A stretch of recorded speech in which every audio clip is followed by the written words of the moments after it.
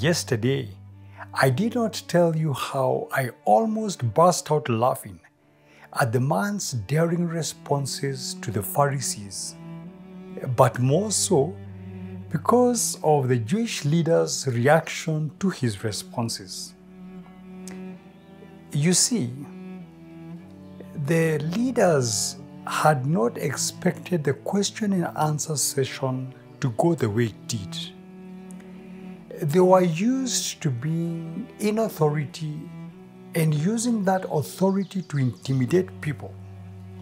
Therefore, dealing with a blind beggar who had just been healed was meant to be a walk in the park.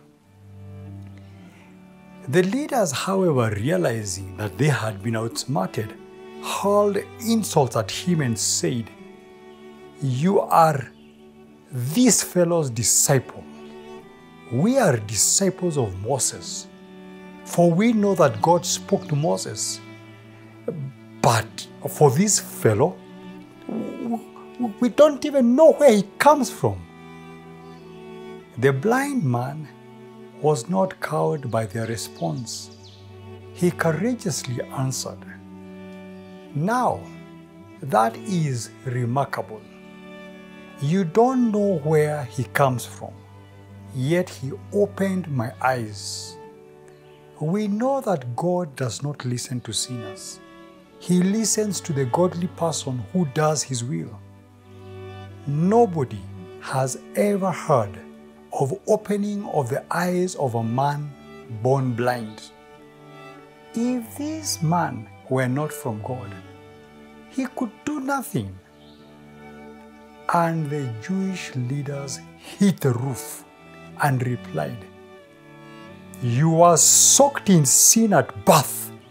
How dare you lecture us?" And they threw him out of the synagogue. I cannot tell you how deeply I admired the courage of the man, and how much I longed for the day I would also be able to boldly stand and defend Jesus like him. And for the first time, I thought I saw a man who had been truly born again. A man who was not afraid of anyone.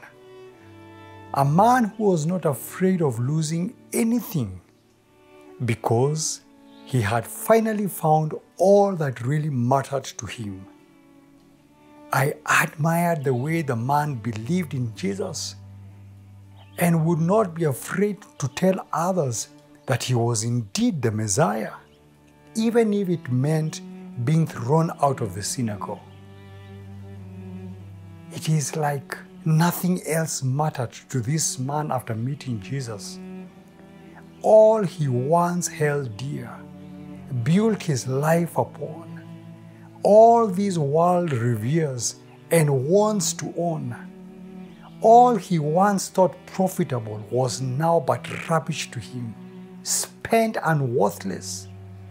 And all that mattered to him was knowing Jesus. There was no greater thing to him. Oh, being thrown out of the synagogue was a small price he was more than willing to pay in order to know Jesus. My goodness. When Jesus heard that he had been thrown out of the synagogue, he found him and said, "Do you believe in the Son of Man?" And the man, not knowing whom he was talking with, replied, "Who is he, sir? Tell me so that I may believe in him." To which Jesus replied, "You have seen him. You have seen him now. In fact, he is the one speaking to you." Then the man said, "Lord, I believe," and he worshipped Jesus. It happened that when Jesus found the man who had been thrown out of the temple, some Pharisees were nearby, And after he finished talking to the man, Jesus seemed to address them when he said, "For judgment I have come into this world, so that the blind will see, and those who see will become blind." When they heard him say that, they asked him, "What? Are we blind too?" And Jesus replied, "If you were blind, you would not be guilty of sin. But now that you claim you see, your guilt remains." I could clearly see that the Pharisees were greatly offended to have been called blind. But it was because in their pride and anger, their eyes were shielded from the truth that they could not see who Jesus really was. They could not see that Jesus had healed the man born blind, to point us to the fact that everyone is born blind. And only God, through His Son Jesus, can heal us from our blindness. He wanted to show us that the blindness we are born with is not because of our parents' sin or our own sin. Indeed, the blindness we are all born with is not physical but spiritual. It is a blindness that everyone born of a woman comes into the world with because of the sin of our first parents, Adam and Eve. That sin that separated us from God. Jesus wanted the Pharisees to understand that the blindness is spiritual and that He was the Messiah sent by the Father to bring light into the world and heal the blindness we are all born with. The man born blind was only a representation of all of us. Why? Because we are all born spiritually blind.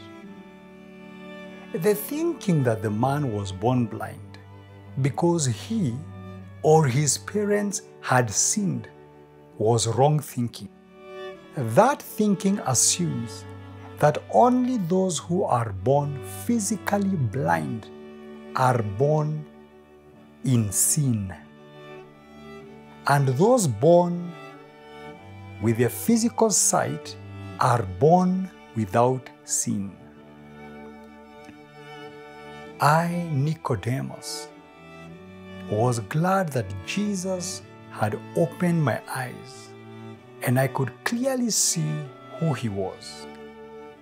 I felt sorry that my fellow Pharisees could not see their blindness. Tomorrow, I will share with you the miracle that Jesus performed.